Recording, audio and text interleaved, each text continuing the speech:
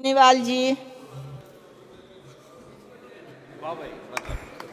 आपके लिए सभापति महोदय, सदन में आज चंद्रयान मिशन की सफलता और अंतरिक्ष क्षेत्र में हमारे राष्ट्र की अन्य उपलब्धियों के बारे में चर्चा हो रही है।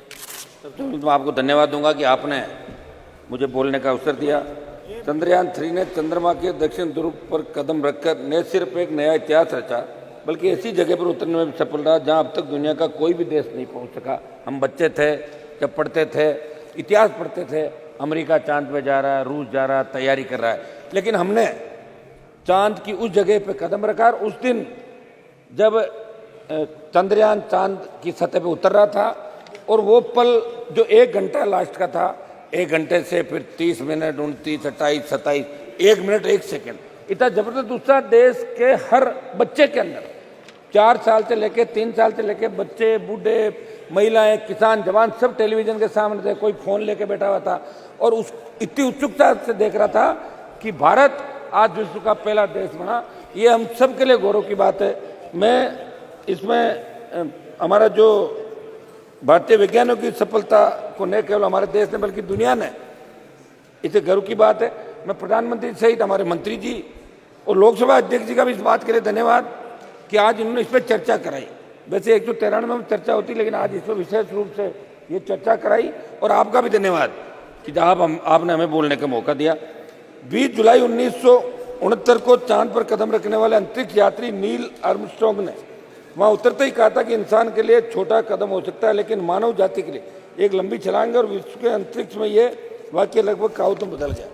सब महोदय, भारतीय अंतरिक्ष अनुसंधान संगठन की स्थापना से लेकर अब तक इसरो के वैज्ञानिक वहाँ काम कर रहे और काम कर चुके कर्मयोगी कार्मिकों की मेहनत से जो सफलता प्राप्त की, उसे पूरा देश गौरवान्वित है।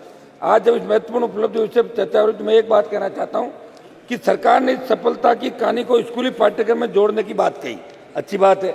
लेकिन मैं आपके माध्यम से प्रधानमंत्री से कहना चाहूँगा कि गाँव ढाणी के अंतिम छोर पर ग्रामीण परिवेश के बच्चों को स्पेस सेक्टर में आगे बढ़ने के लिए कैसे प्रेरणा मिले, और उच्च शिक्षा में जब इस सेक्टर में आगे बढ़े तो सरकार की तरफ से उनके शैक्षणिक खर्च पूर्ण रूप से कैसे वहन किए जाए, इस दिशा में भी सरकार को सोचने की आवश्यकता है। सर महोदय, चंद्रयान की जो सफलता हासिल हुई वो किसी व्यक्ति विशेष या सरकार की सफलता तक ही सीमित नहीं है।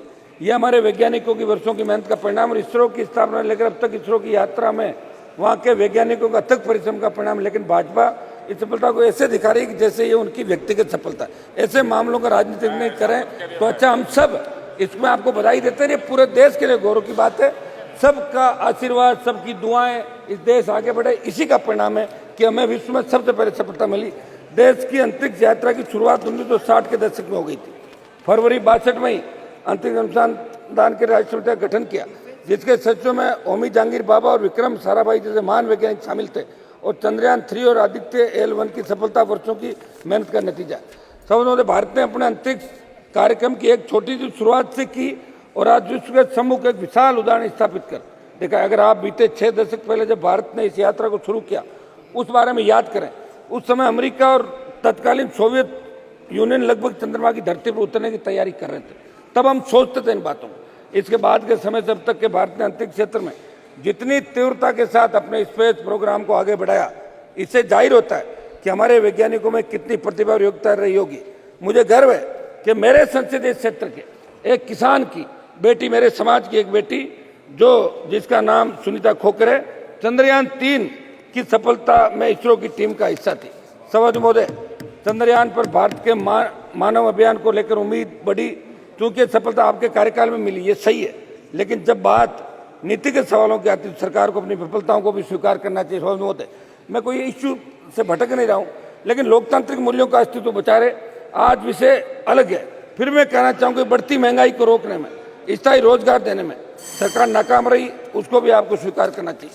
सभापति महोदय, मैं लास्ट में मेरी बात समाप्त करूंगा।